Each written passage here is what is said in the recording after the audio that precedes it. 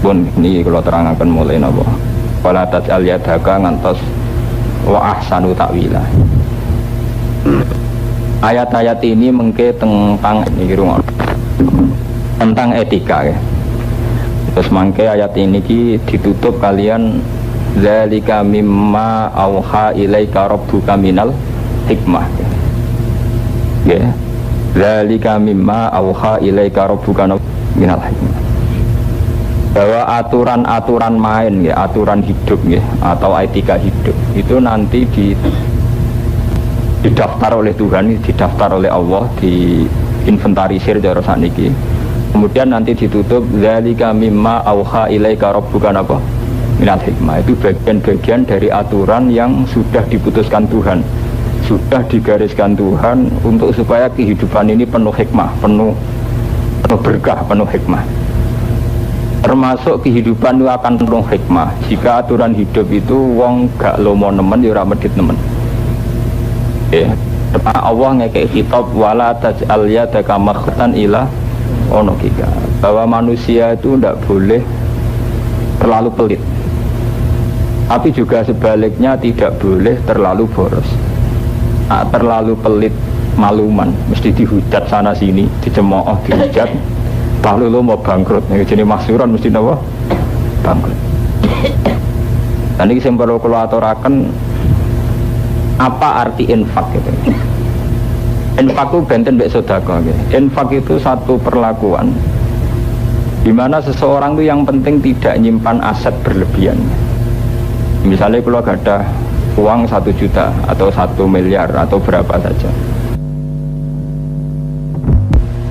Misalnya kalau ada 1 juta atau 1 miliar atau berapa saja, itu meskipun saya tidak belanjakan sama sekali dan itu hak saya karena milik saya, itu salah. Wes ora sedekah gak belanja itu salah. Ijek mendingan ra sedekah tapi sedang belanja. Ini rumah tenan ini dalam dasar-dasar ekonomi Islam. Wong medhit lah jale wong negeri atau wong santri medhit lah, asal boros sering belanja iku luwih apik timbang wis medhit gak tau belanja. Kesak elek-eleke wong belanja iku toko wis ngitung mesti mek selisih bathi. Tidak kayak sering belanja mesti ngresikeni sing gak ada apa toko. Ya, sak elek-eleke wong belanja mesti pihak toko penjual lu pun ngambil selisih napa. Makanya kemarin BI mengumumkan jangan sampai karena kepanikan krisis global orang kemudian tidak melakukan belanja. Semua menahan uang cash, uang cair. Karena kalau semua masyarakat menahan uang cair, itu negara bangkrut. Bakul gedang goreng ora payu ora iso tuku beras. Bakul beras ora payu ora iso tuku minyak tanah. Bakul minyak tanah ora iso tuku beras. Akhirnya bakul minyak tanah dene minyak tanah kok kon ngombe minyak tanah. Bakul beras orang sing belanja masuk mangan beras tok. Ini pentingnya bahwa Islam itu mensyaratkan hidup itu harus belanja. Tidak harus sudah kau dikasihkan cuma-cuma betul, termasuk belanja. Makanya pernah seminar mengatakan, ketika Rasulullah ditanya, ya Rasulullah, amal terbaik itu, jawabnya Nabi betul sedekah. Kullu bai'in mabrurin, setiap transaksi jual beli yang baik. Dia bagaimana riwayat Nabi itu betul jawab sedekah, apa? Kullu bai'in mabrurin. Semua transaksi jual beli yang baik itu adalah afdhalul amal. Karena setiap transaksi jual beli itu dengan sendirinya pasti ada sedekah karena pihak penjual sudah menentukan selisih laba. Misalnya sampean wong sugih mblegedu. Mestine anake sampean sekolah TK jajan sing kelas didol teng TK teng SD anak sampean ra doyan biasa jajan. Anak kula nu tiap dina tak sangoni 2000 tak kon ngentekno. Ora seneng jajan kula, wong anak kula nu kulino jajan teng Jogja. Tapi tak akan ngentekno. Karena bisa dihitung ya, bisa dihitung secara syar'i. Ibu rondo niku kan jaluk itu malu. Orang kamu beri uang 200 rupiah itu kayak melecehkan. Tapi kalau kamu belanja 1000 dan dia ngambil selisih laba 200 rupiah itu relatif terhormat. Dia harga dirinya tidak terusik karena mendapatkan dari jual beli. Kamu sebagai orang kaya, sebagai orang cukup, Uang 1.000 hilang itu memang tidak masalah. Paham ya? Ojo kae iso kowe nasihati anak terus, "Cung kowe ra doyan ra usah jajan ora mbok pangan ae medhit banget nanti." Oh, keliru. Tetap sampean nak ora sugih nemen, pokoknya asalane sampean sekolah TK kon jajan 1000 kon ngentekno. Kamu kehilangan 1000 ora masalah. Sementara bagi penjual-penjual di SD di TK itu sangat berarti. Artinya sangat berarti labati terus. Tapi tanpa terusik harga dirinya sebagai orang sing disedekahi. Paham ya? Makanya Nabi mengatakan ibadah terbaik adalah setiap transaksi. B itu transaksi. Kullu bai'in apa? Mabrur. Karena lewat transaksi ini pasti terjadi sedekah dan orang tidak ada yang terluka atau tergores harga dirinya karena mendapatkannya lewat jual beli, gak lewat ngamen, gak lewat ngemis, gak lewat disantuni. Itu sirine Nabi, karena dengan belanja saja itu sudah nolong negara. Nah, itu ternyata sama dengan ilmu BI, ilmu Indonesia, ilmu bank sedunia. Ekonomi ini berjalan bukan karena orang sedekah, tapi karena orang transaksi. Coba misalnya sampean kulaan kain saja di Surabaya, itu sing berkahi sampean pirang-pirang. Mulai umbal bis ke Bojonegoro, ke Surabaya, itu karena itu iso mangan supire iso mangan. Paham ya? Enggak kowe lesune Surabaya marung mangan, enggak sing jaga warung ya untuk barokah marunge ya. Pulaan kain, bakule kain yo ngambil selisih. Enggak tukang parkire yo selisih pisan. Satpame yo untuk selisih pisan. Berapa ratus orang yang kamu mendapat berkah dari transaksi ini? Paham ya? Kadang santri-santri ku malah ra paham, nyongkone sedekah sing apik dikek ilawaran. Dadi matekno kullu bai'in mabrurun wong kok amen dagang ae, wong amen pergawe wae. Sedekah apa lu? Mulane karek saiki aja karek niati, saiki nak dagang kudu niati dengan sendirinya wis sedekah. Asal itu tadi kullu bai'in mabrur. Kenapa disifati mabrur? Tentu perdagangan yang nipu juga kebalikan, kan bawa bencana dong. Misalnya kulaane 1 juta nyongkone barangnya senilai 1.200.000 jebule karena barang itu palsu, nilainya barangmu mau 500-an, berarti nggawa laknat toh, nggawa gitu, nak barang bener 1 juta dengan asumsi sudah dijual 1.200.000. Lah nak baiknya tidak mabrur kan diasumsikan 1 juta, barangnya mau 500, berarti ngelahirno wong liya bangkrut toh. Niki Islam ya. Islam itu begitu indah, begitu rasional dalam menata al-hikmah. Ya, dengan aturan-aturan ini akan terjadi al-hikmah. Lalu kalau nanti ngomong tentang kanca-kanca kula sing suka teng Jogja, kula sering cerita. Kowe iku nak medhit ra usah sedekah. Pokoke anak turun kabeh sing boros, nak uripku sing boros sithik. Awang melarat belanja entek 1 juta iku boros, lan dhewe 1 miliar entek 1 juta iki jek medhit. Darani boros sak mergo blonjo sak dhuwure kapasitase. Kira-kira kowe marung dhuwit 1 juta, go tempe kuwi ya medhit. Tapi nak duit merum saam 3.000 kok mek iwak pitik jenenge Isra. Nek ora lah wong sangune 1 juta kok marung mau mek tempe. Padahal walian wong sangune mok 5.000 kok mek iwak pitik. Isra kan karek tingkat kocek ya, tingkat napa? Ini penting kula aturaken nggih. Karena dagangan kula bolak-balik matur teng Jogja teng pundi-pundi ya. Ndak ada hidup seberkah dagangan. Kalau nu bolak-balik nganti sakniki, kalau sebagai ulama sering matehai para pedagang. Kalau nu yang umpama urip tanpa perdagangan, bahkan Islam itu tidak bisa jalan tanpa perdagangan. Karena sistem dagangan itu satu-satunya sistem yang paling tidak menyinggung. Jadi sesuatu sangat positif tapi tidak menyinggung. Bayangkan misalnya kayak kulo kiai atau janda miskin atau seorang ustadz, orang pegawai negeri. Umpama mek duit 300 lewat sedekah itu betapa malunya, duit 300 ribet lewat sedekah. Gara-gara lewat dagangan buku, misalnya kiai dagangan kitab, rondo-rondo dagangan snack anak-anak. Iku gak per barang paling mek selisih badik 100.000 200. Tapi karena bentuknya dagang itu sangat apa? Terhormat.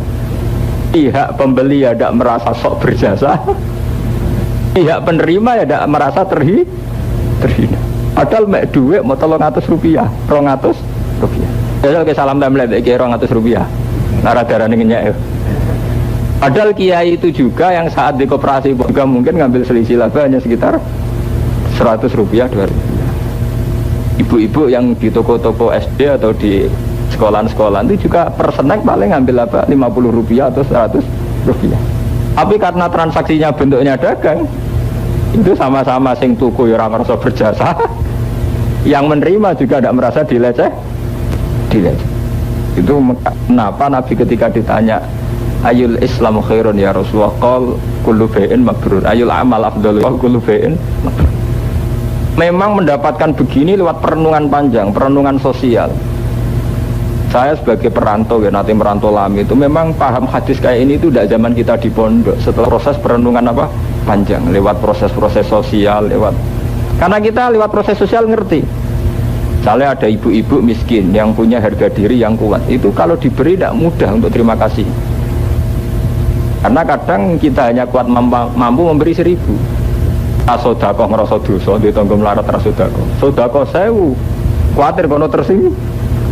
Kowe 10.000 ora mesti kuat, wong kowe dhewe wong susah. Untuk tidak tersinggung kan tingkatan sedekah harus naik minimal. Paham ya? Padahal kuat mau 1.000 misalnya. Kan mendingan dengan jalan tengah. Misalnya ibu-ibu itu seorang pedagang, kita bisa di situ toh nanti selisihnya ya kisarannya 1.000 napa? 2.000. Ini lewat ngaji ini jenengan menjadi ngerti kenapa saat Rasulullah ditanya ayul amal afdal ya Rasulullah, itu diantara jawabannya kullu bai'in apa? Mabrur. Semua transaksi beli yang sehat, fair. Sehingga Nabi Muhammad piyambak dalam sejarah hidupnya sebelum menjadi nabi itu profesinya apa? Bi ijma'i ahli tarikh. Terus nomor 2, bahwa kita faktanya itu utang jasa sama para pedagang. Pulau hingga detik ini tuh sering mati kai para pedagang, termasuk sate-sate Madura sing untuk endin-endin ya kadang misoi wong tapi nggih barokah. Bakul-bakul bugis. Karena enggak terbayangkan. Ini sampai tak wari cara belajar ilmu sosial yang sehat. Enggak terbayangkan sampean maca kiai atau maca ustadz kemudian bikin masjid di Bali, itu tidak terbayangkan. Selain akan benturan dengan budaya setempat, juga ustadz itu andalannya lagi masjid itu jaluk sumbangan. Mereka modal nekat tok, mesti modal apa? Nekat tok. Ya ini dia langgar, mesti andalannya itu dikenal orang sugih kon dadi donatur. Menang ide deh. Menang mesti dadi diimami dhewe, fatwa dhewe. Tapi karena barokahnya pedagang, ada migrasi. Dulu orang India, Gujarat dagang ke Aceh karena migrasi orang-orang Islam kemudian bikin budaya Islam di Aceh. Yang akhirnya menjadi cikal bakal awal Islam teng Indonesia. Bali itu ada masjid itu barokah wong Madura bakul sate ning gone Bali. Dono wekat ben perkawin ning Bali. Dasar Madura pinggire pura kepen nggih masjid nggih masjid. Pertama wong siji ra butuh masjid, barang pedagange 10. Lah 10 wong nak santri niku 2 tahun wis pirang-pirang. Mergo nak ndek anak kacake mesti setahun. Jadi nak pedagang niku santri 10 pasangan. Niku tiap tahun mentambah tiang 100. Produktif sekali niku.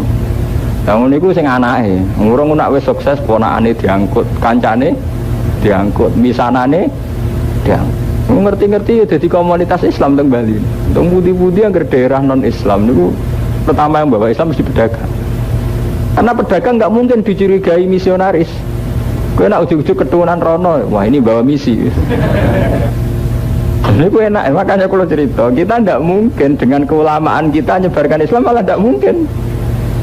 Paham? Andai kan dulu para pembawa Islam ke Aceh itu langsung sebagai ulama, mungkin sudah dibantai agama setempat di sana. Paham ya? Sudah dibantai oleh agama setempat. Tapi karena di sana hanya dikenal sebagai pedagang, itu tidak ada saling curiga. Ya, tapi tahu-tahu mereka bikin komunitas keislaman, ya, bikin budaya Islam. Ini baru kayak dagang. Dan saya ngomong ini fair, kalau buatan pedagang. Di meromosnya pedagang fair, kalau orang apa? Pedagang. Terus Quran bikin etika. Perdagangan yang baik adalah tidak terlalu imsak semua uang cash ditahan, juga tidak terlalu boros, semua uang cash digelontorkan. Dan sekarang kayak Bank Indonesia, kayak semua sistem moneter internasional sama. Cirinya itu sebuah negara harus punya devisa, uang yang disimpan. Tapi juga untuk mengatasi krisis harus ada uang yang digelontorkan. Itu kalau misalnya rupiah keok, itu BI harus menggelontorkan uang di pasar modal. Tapi negara juga tidak boleh gegabah dikeluarkan semua, harus tetap ada sekian miliar juta dolar yang disimpan. Itu kan sama dengan aturan-aturan Quran bahwa ya pokoknya sesuatu yang berbau terlalu kulal basti ya salah, terlalu kulal qabdi dikekang juga apa? Salah. Tongge saat ini ana rondo duwe warung utawa ana wong melarat duwe toko iki isane mangan mergo ana wong blonjo kan ngoten. Lah nek wong gak esrop kabeh mergo wedi krisis global lah kelaparan kan? Dan ini sirine Quran. Dan itu disebut Quran dzalika mimma auha ilaika rabbuka minal hikmah. Itu termasuk tatanan-tatanan yang akan sangat berarti untuk berkah di hidup ini. Kalau tatanan ini kita langgar, itu tidak akan berkah. Paham ya? Itu menyangkut infak. Infak itu artinya belanja. Kiai kuno nak maknanilah bil infak kelawan belanja. Jadi maknai sama dengan tasarruf. Nah, terus kemudian yang ketiga, infak itu lebih populer kita maknani sedekah. Sebetulnya itu tidak harus begitu. Ya, tidak harus begitu. Sedekah dalam Islam itu tidak harus sang lain, terutama bagi mereka yang tidak berkecukupan lebih. Bahkan yang terbaik pada keluarga. Iki wonten kiai sepuh kados bahasa Kur sinten mawon yang punya memori hidup. Niku sadar bahwa sedekah terbaik adalah pada keluarga. Itu saya punya banyak riwayat hadis sahih ketika sahabat ya, dengan mental kesalehannya itu kan sahabat-sahabat itu kan soleh-soleh itu dengan mental kesalehannya itu yang miskin-miskin itu tanya sama Rasulullah. Zahaba aludusur bi amwalihim yasumu manakama nasum wa yusalluna kama nusalli wa yatasaddaquna bi fuduli amwalihim. Sahabat orang-orang kaya itu mereka puasa kayak kita, mereka juga sholat kayak kita, tapi mereka punya satu keunggulan di mana mereka bisa melakukan wa yatasaddaquna bi fudulin apa amwali, mereka bisa kelebihan hartanya. Terus lalu kita ini kayak apa Rasulullah? Hanya sholat saja, hanya puasa saja, tapi tidak bisa melakukan apa? Sedekah. Terus Nabi menjawab, Alaihsawah, apakah Allah tidak membuat satu sedekah yang bisa kalian lakukan, bisa kalian laksanakan? Apa itu? Inna bikulli tasbihatin sedaqatan wa kulli tahmidatin sedaqatan. Kamu sering baca tasbih juga sedekah, sering baca alhamdulillah juga apa? Sedekah. Itu diantara yang disabdakan Nabi sampai sesuatu yang ekstrim. Bahkan Nabi dawuh wa fi buti ahadikum sedekah. Bahkan sekedar kamu menggauli istri kamu, mengumpuli istri kamu, hubungan suami istri itu juga sedekah. Katanya ayati ahaduna syahwatahu wa huwa lahu ajrun. Masa orang mendatangi istri di mana atas nama syahwat, dia kemudian tetap dapat pahala? Jawabnya Nabi apa? Alaysa law wada'aha fi haramin akana lahu wisrun. Tapi kebalikannya kan juga sama. Saat salah letak, misalnya pada WTS atau apa, kan kemudian mesti menjadi dosa. Fakadha jika lahu ajrun. Begitu juga saat letaknya benar atau sesuai syariat, maka dia dapat pahala. Ini menjadi pondasi dasar dalam aturan sedekah, aturan infak dalam Islam. Bahwa dengan kita mencukupi anak istri, kita mencukupi keluarga yang harus kita tanggung, itu dengan sendirinya sudah ada kestabilan dalam keluarga itu. Kestabilan pada tingkat keluarga akan mempengaruhi kestabilan pada skala yang di atasnya sampai pada nasibnya. Tapi juga kebalikannya, saat kemiskinan dalam keluarga ini, setiap keluarga menyumbang 2 orang miskin, baru banyak orang-orang ngamen di jalan, banyak orang cabut dari keluarga, jadi kriminal di jalan, Tidak, karena setiap keluarga menyumbang satu preman. Anak tiap desa di preman telu ping sak Indonesia berapa juta apa? Preman. Sebab itu Islam cara menyelesaikan masalah adalah sampai Nabi pernah dawuh sedekah itu tidak harus sama orang lain. Hatta matas alafi fimroatika, sehingga kamu kerja dan kemudian itu dimakan oleh mulut istri kamu. Hatta matas ala fimroatika, sehingga sesuatu yang kamu berikan untuk mulut istri kamu itu jadi juga dihitung sedekah. Kenapa demikian? Dengan istri itu berkecukupan, maka potensi selingkuhnya rendah, potensi murahnya sama orang lain juga. Dengan istri dicukupi suami, maka tingkat ketergantungan sama suami tinggi, sehingga hormatnya sama suami tinggi. Itu diharapkan tidak selingkuh, tidak zina, tidak jelalatan cara wong Jawa. Nah, dari ngaji ini jangan tahu bahwa yang diajarkan Nabi sebetulnya itu mudah, karena kita mengeluarkan uang toh yang lain, terutama pada keluarga. Dan itu yang dimaksud ayat yas'alunaka madza yunfiqun qul ma anfaqtum min khairin falil. Apa susahnya kita mengeluarkan uang untuk orang tua kita, enggak orang lain. Baru walat, baru kepada pihak lain, wal yatama, masakin dan pun ya, terus keluar terus lagi. Inna rabbaka yabsutur rizqa liman yasha'u wa yaqdir. Innahu kana bi ibadihi khabiran basira. Wala taqtulu auladakum khasyata imlaq. Kemudian memiliki masalah yang terkait wawih termasuk takut kemiskinan. Kamu jangan membunuh anak hanya berdasar takut miskin. Era jahiliyah bunuh anak itu bunuh anak yang tidak potensi. Dalam konteks jahiliyah dulu, yang Arab niku mata ini anak wedok dianggap gak prospek. Dianggap betul apa?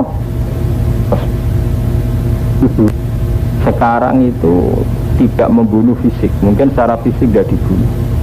Tapi sekarang ada pembunuhan karakter, ya, dibunuh secara karakter. Orang itu tidak berani punya anak banyak karena takut miskin. Atau menunda kelahiran juga karena takut miskin. Sebab itu Quran mengajarkan satu akidah tadi yang ada dasar akidah. Inna rabbaka yabsutur rizqa liman yasha' wa yaqdir. Bahwa urusan rezeki itu wis ana takdir, wis ana garis. Bahwa hanya Islam itu ada aturan-aturan syariat kayak tadi, wong ora oleh boros, mari bangkrut. Ya ora oleh terlalu medit, mari dihujat sana sini. Fatak udamalu mamahsir. Itu aturan syariat. Tapi sebetulnya dari akidah urusan rezeki atau jodoh itu sudah digariskan Tuhan. Kemudian kalau sudah begitu, ngapain kita takut kehadiran anak? Oh anak ya rezekinya gambar. Ada hukum khosyatan apa? Dulu ulama-ulama itu membicarakan bagaimana sekarang hukumnya azl. Orang yang bersuami istri bersetubuh kemudian tidak diinzalkan hanya karena takut punya anak. Itu semenjak dulu ulama jadi masalah. Ada yang mengatakan tidak apa-apa. Karena untuk dikatakan membunuh itu harus sudah berbentuk anak. Ada dikatakan membunuh itu mesti lahu ruhun. Jadi kalau ulama-ulama yang cara berpikir matematika itu gini, membunuh itu kan artinya menghilangkan nyawa. Menghilangkan nyawa ya artinya ya yang sudah punya nyawa. Sehingga kalau masih bentuknya misalnya sperma atau apa yang dianggap belum punya roh, ya tidak dianggap membunuh. Sehingga kelompok ini mengatakan ya tidak sampai haram. Ya, mereka dereng napa? Ada roh. Ada kelompok yang ekstrim mengatakan itu haram karena kalau itu menjadi sebentuk tidak tawakal. Tidak anak mergo diramangan. Kalau faktornya begitu ya berarti itu ekspresi atau perwujudan dari tidak napa? Tawakal. Tapi yang jelas kalau formalnya hukum fikih menyangkut hasil itu tidak sampai haram. Tapi ya itu tadi jangan sampai faktornya kita ini karena takut. Kalaupun iya faktornya murni syariat bahwa secara rasional memang kalau punya anak jangkauan setahun itu repot. Bayi ini cek abang diaduk meneng, akhirnya sentak-sentakan bojone, sentak sak.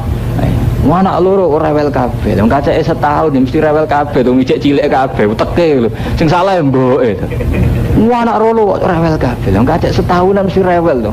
Sitok setahun ya mesti cek rewel, 2 tahun ya cek umur rewel. Lah kakak embarem cek 3 tahun ya mesti 3 rewel kabeh. Artinya iso dirasional, tingkat kerewelan ini kan karena iya kedekatan itu tadi. Makanya kalau dalam teori bidan-bidan kan jarak ideal itu 4 tahun nih kalau bidan di Indonesia. 4 apa 5 itu? Benar? 5 ya, 4 sampai 5 itu kalau batas apa ilmu kebidanan di Indonesia itu kalau standar berdekatan itu ya sekitar apa? 5. Sebab itu Quran mengatakan jangan bunuh anak itu karena takut miskin. Ngendikane Allah, nahnu narzuquhum wa iyyakum. Saya yang menanggung rezeki itu. Tapi itu tadi ya, membunuh itu ada 2. Membunuh fisik kayak era jahiliyah. Sekarang itu enggak membunuh fisik, tapi membunuh karakter. Jadi anak sedemikian rupa diarahkan pada produksi.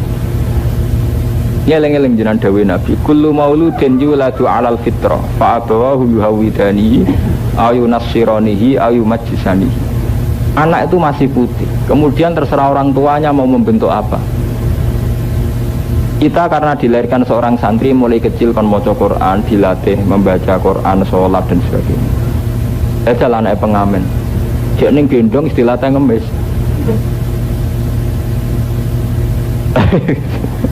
Lagi lahir cek gendong dimanfaatno nggih napa? Wis gede sithik ngamen. Nah, orang nganti akil balik wis dadi preman. Itu kebalikan orang-orang soleh mulai kecil dididik baik. Kalau sampean runut, ini balik malik. Kalau sampean runut, semua penyimpangan ilmu sosial kayak orang ngamen, ujung-ujungnya dimelarat. Kok nganti ngamen piye? Aku gak mangan. Kok nganti mbok kon ngamen piye? Mergo wedi ora mangan. Menika asal usul dari semua penyimpangan adalah wong wedi ora mangan. Itu bener rumusna Quran khosyatan apa? Imlak. Takut kemiskinan. Nggih, takut apa? Kemiskinan. Tentu kalau sampean runut semua kesalahan ulama sampai tokoh sampai masyarakat apa saja mesti dimulai dari khosyata imlak, takut tidak makan. Mulane sampai Bal'am bin Ba'ura, seorang ulama besar yang menguasai Ismul Azam, niku akhirnya mal'un, dilaknati Allah karena dia menerima hadiah dari orang-orang kaya untuk melawan Nabi Musa. Dan itu dia nerima karena dia takut miskin. Aku kiai gede kok nanti duit. Jadi ini wedi yang disebut Quran walakinnahu akhlada ilal ardi wattaba'an apa? Hawa. Dia merasa nyaman di bumi. Hanya nyaman akhlada ilal ardi itu dia merasa nyaman di bumi. Dan rumus nyaman di bumi tentu dengan bayangkan uang melimpah atau aset melimpah. Akhirnya dia menerima hadiah itu. Padahal untuk kompensasinya dia harus berhadapan kalian sinten Nabi Musa. Ya mulane niki peringatan kangge para kiai, para santri. Ya, kita ini jangan terima kompensasi kalau hadap-hadapannya itu akhirnya sama-sama kiai. Ya, kita misalnya di politik partai Islam atau di thariqah muktabar. Saat kamu menerima satu kompensasi, itu musuhnya rawang liya.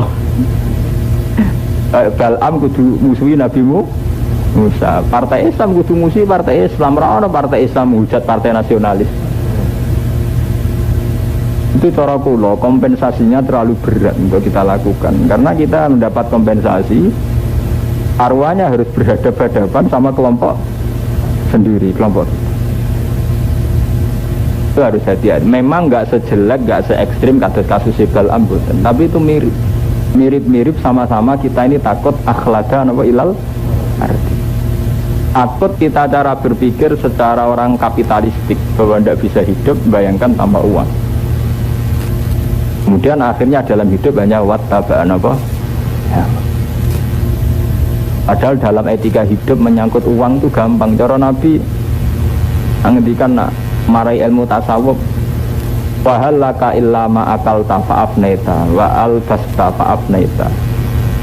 Kowe misale duwe beras 2 ton, sing mbok pangan sak piring. Dewa masak gedong sing mbok turuni yo mok sak kamar. Lah saiki omong gedong megah 9 kamar. Apa terus kowe kuwatir ra kanggo terus kowe nak turu tiap jam pindah.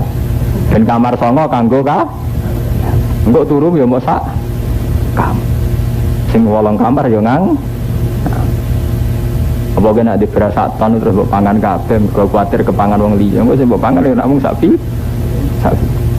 Ada Nabi marai ilmu zuhud. Kowe iku masalah dunya ora sing mbok pangan ya mbok sak piring. Sing mbok engko ya mbok sak pita. Kowe nek dikelambi 100 mbok go kabeh darane ngedian. Ujung-ujung mbok go mesti Nabi ngajari kita. Lagi misalnya di duit 10 juta apa mbok sai kabeh modal ngalor ngidul iku ra darane wong sugih, darane wong misalnya kiai di 110 juta dikau ngalor ngidul jenengan kiai napa kulaan sapi ya mesti ngono mergo kodho. Biasane sing nggo duit kas bakal napa? Sapi. Ini kita pengen ya kecuali pas politik macam dagangan sapi lah, ini kan macam tiga toko konstituan. Bukan dagangan sapi, tapi politik dagang apa? Sapi. Ya, ini gue duit kas, gue ngalor ngidul, gue tiga dagangan apa? Politik. Tapi itu penting ajaran-ajaran begitu, karena itu tadi semua penyimpangan sosial itu dimulai dari karena takut tidak makan, takut miskin. Karena itu tadi semua penyimpangan sosial itu dimulai dari karena takut tidak makan, takut miskin. Amalan ini ben sambung ya, jenengan ngaji Quran kalian kulo ben sambung, kemudian dibarekno karo ayat wala taqrabusina. Niki indah Quran. Mulane wonten ulama tafsir sing khusus ngarang spesial tanasubul ayat bahwa antar ayat disusun Allah meskipun secara lahir tidak terkait itu pasti terkait. Nggih, secara lahir tidak terkait tetap pasti. Allah bercerita wedi kemiskinan, wedi ora mangan, ujug-ujug menculot, sawangane menculot. Wala takrobus, kowe aja zina. Kowe asal usule wong selingkuh ya wedi ora mangan. Ana rondo gelem selingkuh ya wedi ora mangan. Ana wong dadi WTS ya wedi ora mangan. Iku indah Quran, dadi bar menculot urusan mangan, menculot urusan zina. Jajal cek ning survei. Wawancara WTS kabeh sak donya. Kowe kok nganti ngono ku piye to, Duk? Nak ra ngene mangan apa? Awalane iki sama, bahasane cek sama, khosyatan apa? Imla. Terus Quran gitu manjen, bariku cerita, kowe nak nakar ya sing bener, nak dagangan nimbang yang sing bener. Nanti ana wong dagangane wedi pas ya wedi ora mah. Karena aku ngeloni sak kilo tenan, aku untuk mangan apa? Aku nak gawe kilonan beras sak kilo tenan, aku mangan. Oh, jadi nganti wani curang, iku wedi ora mangan. Jadi kabeh kesalahan itu dimulai saka wedi ora mangan. Nggih, tak ana pedagang-pedagang sing amen gawe selisih wae. Iku ya wedi ora. Ana dibuarno kabeh.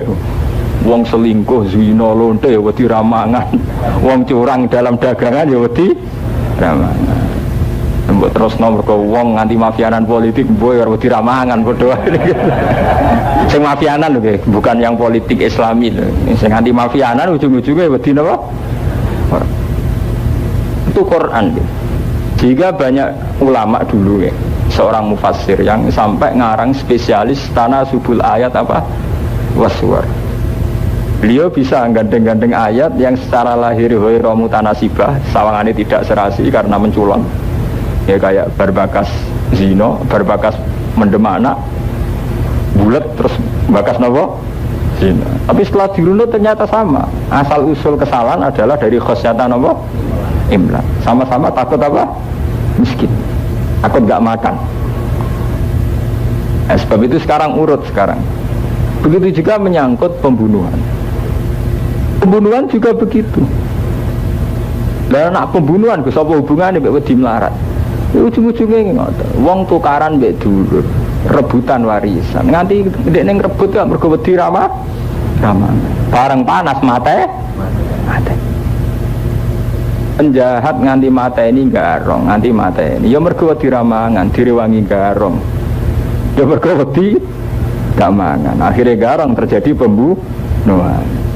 Dulur mbek tukaran mbek dulur paten pinaten mbok runut engko ora rebutan Tegal mbok sawah warisan. Nganti ngrebut ya mergo wedi ora mangan.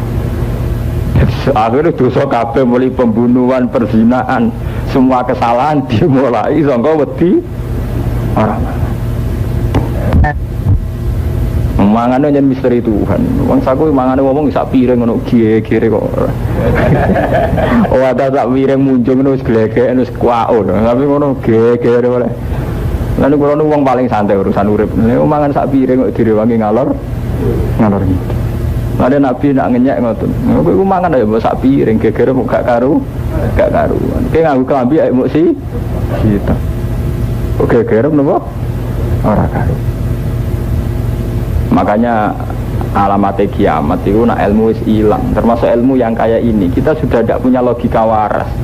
Logika kita wis gak nopo waras. Wong butuhe muk loro telu kok kepengin duwe pirang-pirang. Wah, akhirnya terjadi kekacauan sosial gara-gara ngeten. Itu bisa sampean sakniki. Orang itu berani berpikir itu sesuai yang dia lihat. Sementara yang dia lihat itu hanya khayalannya sendiri, tidak yang terjadi menurut ilmu hakikat. Ini wow, misalnya tiang, wah aku nak berasku rasakan agak cukup setahun. Asing jamin urip nganti setahun itu sop.